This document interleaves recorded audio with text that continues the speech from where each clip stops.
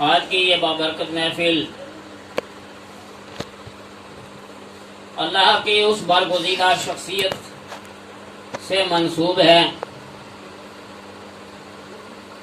کہ جس نے دنیا اسلام کو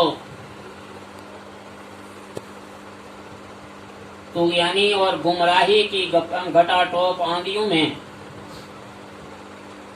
حفاظت ایمان کا سلیقہ عطا فرمایا. حضرات گرامی،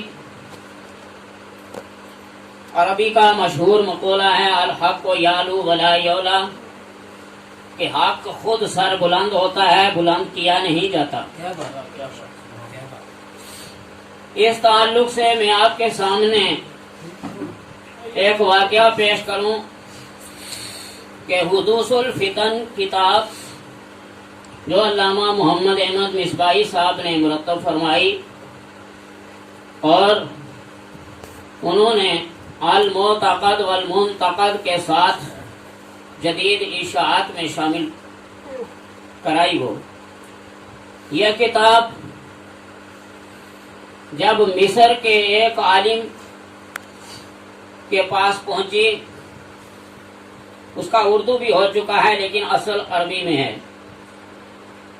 تو انہوں نے اس کو پڑھنے کے بعد اس پر یہ تاثر اپنا ظاہر کیا کہ یہ شخص جس نے یہ حدوث الفتن کتاب تحریر کی ہے، اگر یہ اس کے بعد آئندہ کے لیے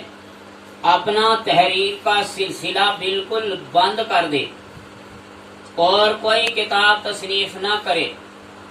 جب بھی اس شخص کے لیے یہی کتاب کافی. سبحان اللہ. تو اس کتاب کو انہوں نے جب پڑھا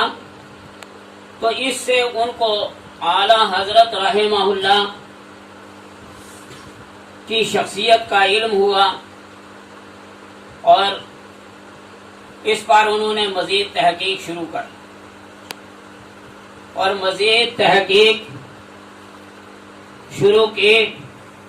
تو وہ اعلی حضرت کے شیدائی بن گئے اور انہوں نے عربی میں اعلی حضرت رحمہ اللہ کی شخصیت کے تعلق سے، ان کے افکار و نظریات کے تعلق سے کئی ایک عربی میں کتابیں لکھی، جو پچھلے سالوں میں جب مجھے 7-8 سال ہو گئے ہیں عرس رضوی پر گئے ہوئے، تو اس وقت میں نے دیکھا کہ وہاں ایک مکتبے پر اس چیز کا اشتہار لگا ہوا تھا کہ جو شخص ان مصر کے عالم کی اعلی حضرت کے تعلق سے عربی والی کتابیں لینا چاہے تو وہ یہاں سے لے لے. تو بات یہ ہے کہ حقیقت ہمیشہ خود اپنے آپ کو منواتی ہے. اگر دیکھا جائے تو ان عالم صاحب کو کس نے اعلی حضرت کا تعارف کرایا، کس نے ان کو ادھر مائل کیا، لیکن جب حقیقت ان کے سامنے اجاگر ہو کر آئی تو وہ خود بخود اعلی حضرت کے شیدائی اور محب بن گئے. اسی طریقے سے پروفیسر مسعود احمد صاحب مجددی نقشبندی رحمۃ اللہ تعالی علیہ، وہ خود اپنی ایک کتاب میں لکھتے ہیں کہ میرا خاندان، ہم دہلی کے رہنے والے، اور میرا خاندان اگر کٹر دیوبندی وہابی نہیں تھا پھر بھی وہ وہابیت سے متاثر ضرور تھا. تو یہ اعلی حضرت رحمہ اللہ کی شخصیت پر اپنی کسی اور غرض سے تحقیق کرنے کے لیے اٹھے. تو تحقیق کرتے کرتے ان کے نقائص ڈھونڈنے کے بجائے ان کی خوبیوں اور ان کی اچھائیوں کے گرویدہ ہو گئے اور ماہر رضویات کہلانے لگے. اسی طریقے سے کس کی بات کی جائے، اعلی حضرت کے خاندان سے تعلق رکھنے والے جتنے بھی افراد اس نہج پر، اعلی حضرت کے نقش قدم پر اور ان کی تربیت پر چل رہے ہیں، وہ ہر شخصیت جو ہے وہ اپنے آپ اندر ایک انجمن رکھتی ہے۔ حضور مفتی اعظم ہند رحمہ اللہ کے بارے میں ہے کہ یہ اتنے متقی تھے کہ تبلیغی جماعت کے ایک سربراہ، شاید اس کا نام عبد الرحیم رائے پوری یا کیا ہے، تو اس نے جب ان کی شخصیت کو ملاحظہ کیا تو وہ مخالف ہونے کے باوجود یہ اعتراف کرنے پر مجبور ہو گیا